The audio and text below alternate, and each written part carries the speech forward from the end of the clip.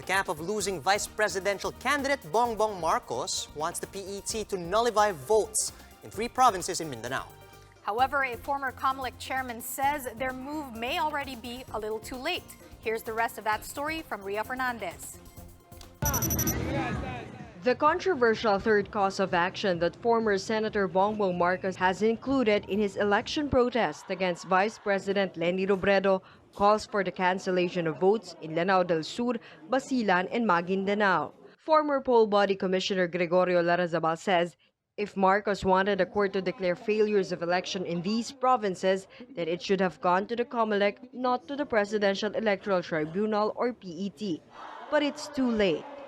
Basically, what the cause of action is, you nullify all the results of that particular province, and that's very difficult. That's very difficult to prove. That's very difficult to justify, and more as equally important is once you go down that slope, it becomes a scary, slippery slope, which might cause a lot of potential problems for future elections in the Philippines. Another Comelec Commissioner, Sixto Brillantes, thinks it's the votes that Marcos was referring to in his third cause of action and not the election itself. So annulment of votes is not necessarily the failure of election.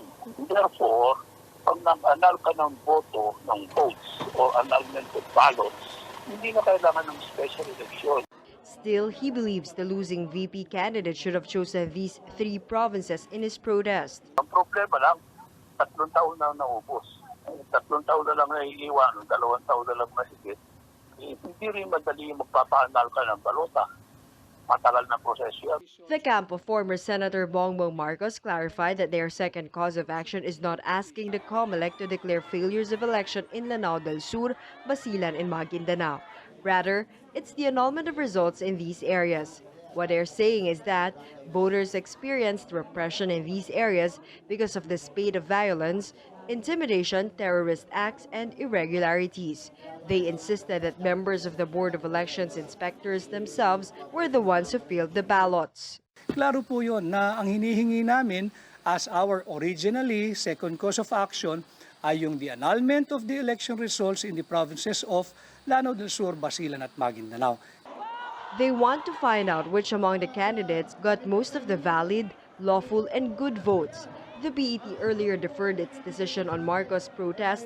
It asked both camps to comment on the committee report on the results of the recount in the 3 pilot provinces, Iloilo, Camarines Sur, and Negros Oriental. For News 5, Ria Fernandez, we are One News.